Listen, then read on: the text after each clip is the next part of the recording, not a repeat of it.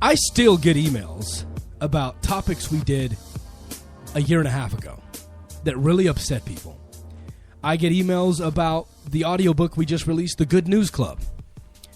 That's a shocking book. It is a shocking book. There are a lot of things that we sort of get into the mundane operation of secular activism, and we go, okay, we're doing this, we're doing the show, we do the book, we do the blogs, we have these debates, we have these talks, and then something sticks its head up and goes, this is why you're doing what you do.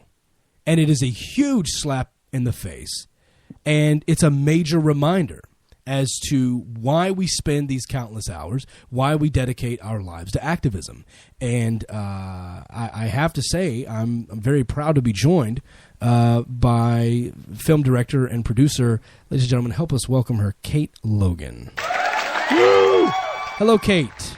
Hi, thank you so much for having me on the show. Thanks for joining us today. She has such a pretty voice. I'm Well, not thank flirting. you. I'm not flirting. Are you flirting with her? My bad. My bad. Wow. Wait, well, meet Rachel. Hi, I'm Rachel. Hi, Rachel. Exchange phone numbers. Oh, wow. No. Okay. So you've got this film called Kidnapped for Christ, and as you know, I was sort of torn on having this discussion today, just because it's another documentary, and you're premiering it now, or this Friday, I believe, right? Next Friday. Oh, actually, next Friday. 17th. Okay, on the 17th, and we've got My Week in Atheism that we're also promoting. But it's you're premiering in Utah. It's not really a competition thing. This needs to be told. This story needs to be told. So I want anybody who wants to support what Kate is doing to do that, and we'll give you an opportunity in a moment, Kate, to talk about how people can go support your efforts. Tell us a little bit right now about what really sparked this. What made you start the film? Yeah, well, actually, many years ago, I was an evangelical Christian missionary, and I discovered this school in the Dominican Republic called Escuela Caribe, which purported to help supposedly troubled teens, and it was kind of billed as like an alternative therapy program for wayward teens, and to help them with kind of Christian therapy and learning about another culture. And so I thought to myself, what a great idea, to help troubled kids that otherwise would maybe be in jail or on the streets. And so I went back down there when I was in film school, thinking I would make a short, heartwarming documentary about rough and tumble kids getting their lives back on track. And once I actually got there and started filming, I discovered this whole dark side of the school that I had not anticipated at all, where basically the whole philosophy of this program was to break down the students through really kind of draconian, rules and control mechanisms, and also a lot of physical abuse, and what I would definitely consider emotional abuse as well. And just being there and witnessing this happen, and parents spending thousands and thousands of dollars to send their kids to this program that traumatized the majority of the students there. The story really became a way to give a voice to the students that were there, and the past students that had been at the school that had suffered in silence. And we were just lucky enough to accidentally stumble upon this story. So you actually Oh, I'm hearing a lot of you. Okay. So you actually started this film as a believer and as a Christian. You went there specifically to shine this school in a positive light. Yeah. And then you ended up discovering something and told the truth. So first of all, thank you for journalistic integrity, which is seemingly invisible nowadays. That's phenomenal. It seems like you really uncover a lot of really secretive sort of abuse that happened. So what I want to do now is I want to start playing this promo that you have for Kidnapped for Christ, and we'll talk about it as we go through it. Sure, great. One morning I woke up, two guys were at my house. Hi, Chai. You need to wake up and put clothes on. You're going to a school in the Dominican Republic. Both my parents were standing there saying, "We love you, David, we love you." You can do this the easy way or the hard way.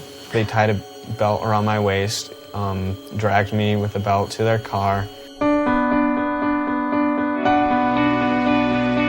I got sent down here because I am gay, and My parents, they just weren't okay with that. Once he disappeared, there was everything from he was visiting family across the country. He could be in his house still, and his parents are locked him in the basement. I'm one of his best friends, and I want to know if he's okay. And So, first of all, that's terrifying and creepy right off the bat. Now, it looks like you're interviewing people, or at least someone has a camera on people that don't know where he is. Yeah. Well, this happened to about half the students there were taken in this way, where basically their parents would hire an outside company to come and take their kids, people to come and take their kids in the middle of the night without warning, without explanation. Their bags would be packed, or they would pack them for them, and would take them down to the school. So as you can imagine, if you're taken in the middle of the night, most of your friends aren't going to have any idea what happened to you. And most parents aren't broadcasting, what they've decided to do with their kids. And in the case of our main character, David, his friends and family, or, people back home outside of his parents had no idea where he went. And this was a kid who was a 4.0 student. He was in every activity in high school, in the plays, on track and soccer, and had a lot of friends and people in the community that, noticed immediately when he was gone, and his parents wouldn't be upfront with anyone about that. And why wouldn't you brag about something like that? I mean, if you're so convinced that you're doing the right thing, I mean, why wouldn't you, why would you not boast of that? Yeah, why do you think they were keeping it hidden? It's I've never been able to speak with his parents myself. They do not wish to talk with me, so I can only, I can really only guess, that maybe deep down they didn't, they were ashamed of what they did. Maybe they were embarrassed that they thought that their son needed this treatment, even though he was sent there for being gay. He had not, gotten in any sort of real trouble. Not that any kid deserved to be sent to this place, but this in particular, he was like a model student, furthest thing from a juvenile delinquent you could ever imagine. Yeah, I would say it's shame, either shame because they actually don't like what they're doing, but they feel like there's no other way, or they're maybe ashamed of just the fact going that he out. even needed it. Yeah, he's homosexual. Yeah. And it could have been a little bit of both. I can only guess as someone who's never, been able to ask them that pointed question. Wow. Yeah, that's too bad. That would be a very interesting interview if you could ever talk to them. Oh, believe me, we wish we could. We've tried, but not in the cards for us this time. he's safe. Escuela Caribe is a dumping ground for wealthy evangelicals who have problem teenagers. It's kind of all this facade of forcing children to conform a certain way. So the quote here from the former student says, "I still consider being held at Escuela Caribe to be a kidnapping." Yes. If you saw how things were, you'd be sad. They have to ask what we want them to do for everything. May I step in? May I ask what it is? May I step in the living room? Yes. Okay, so let me just stop there because that's some stuff that could get lost in just audio only. Mm-hmm. On the video of this promo, it looks very, very military-esque. They're having to march in these sort of formations. They're having to do push-ups. Boot camp. There is a girl standing, I would say in the corner, but there's no corner. She's just face-to-face with a wall of sorts. And then he says, they have to ask us. Apparently you're talking with someone who works at the camp. They have to ask us what they are going to do. And they have to walk up to a room and say, may I step in? May I do this? May I do that? What's the story behind that? Yeah, the whole, they called it, quote unquote, the program, which would basically entailed all of the rules that you had to follow. And students that were on 0 or first level, they had a level system from 0 through 5. About half the students there were on 0 or first level. Some of them never even got off.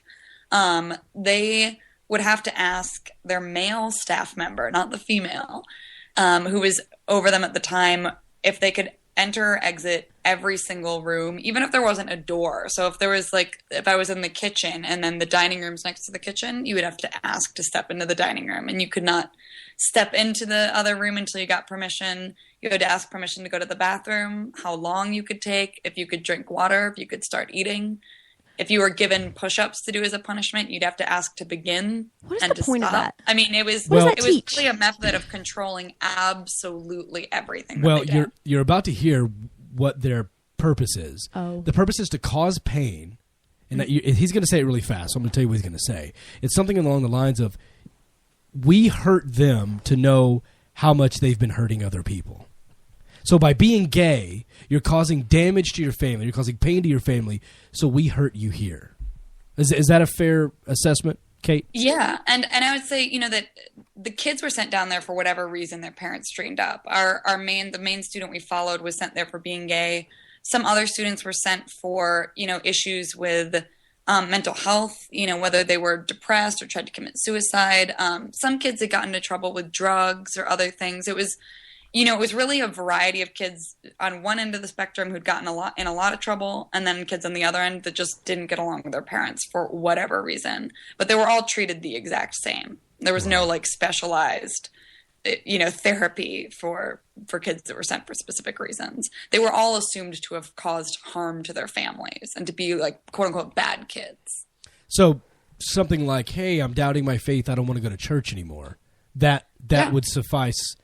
Whatever, if a parent could pay the tuition, they could pretty much send their kid there. There was a kid there who he'd never tried drugs. He'd never even kissed a girl. When he described why he got sent there, it just sounded like he was a typical 16-year-old boy that fought with his parents, and they just didn't get along like a lot of 16-year-olds don't with their parents. And he got sent down there. It was clear that there was no barrier to entry. It wasn't like, okay, you have to actually have an issue that we are